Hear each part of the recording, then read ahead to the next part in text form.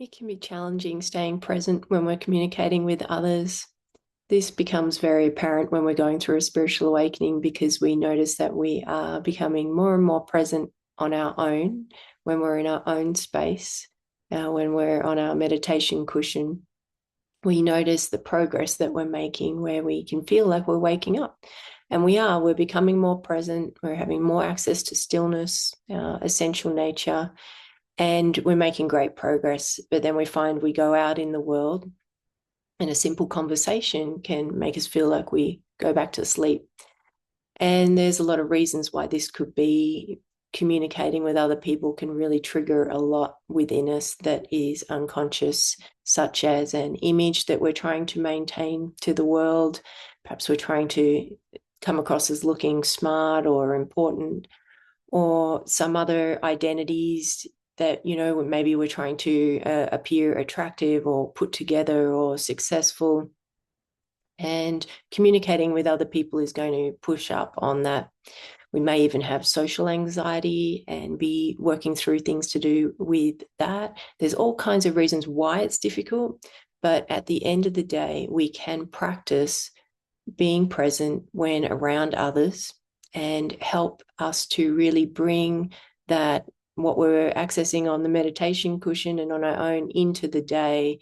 And that's going to help us to really embody this truth so that we can be highly functioning humans and also be awake.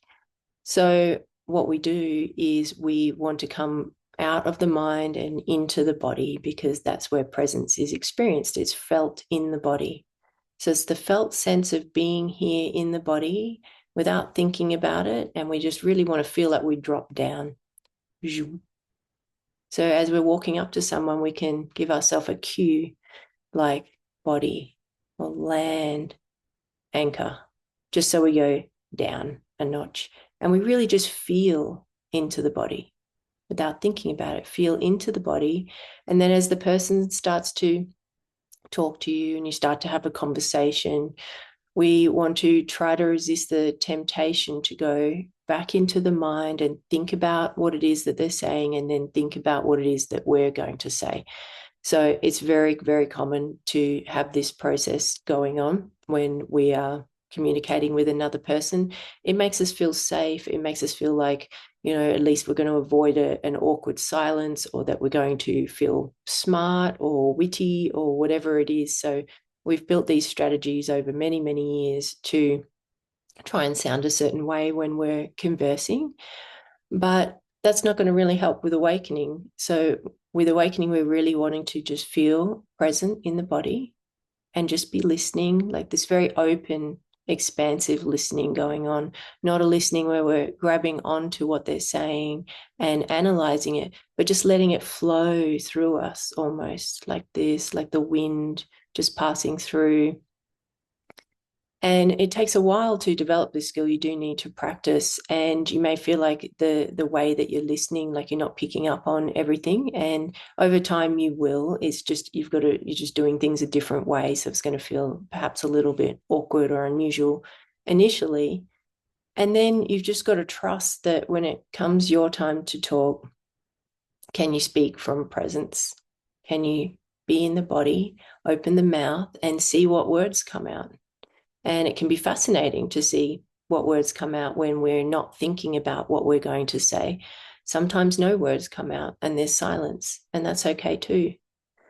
And so it's about really letting go of that strategy of trying to control the conversation, trying to have the conversation go the way that you want, trying to think about what it is that you're going to say so that you sound a certain way, and trying to just let go of that and go, I'm just trying something different here. I'm trying to see what it feels like to be in the body and actually listen in a different way, in this very expansive way, in a present way, without thinking, just letting it flow past.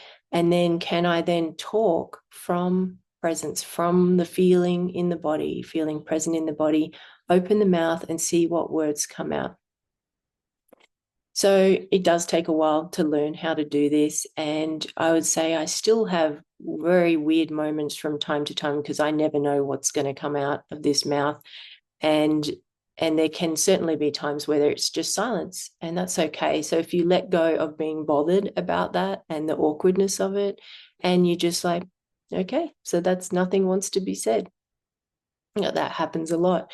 And sometimes all kinds of unusual things come out.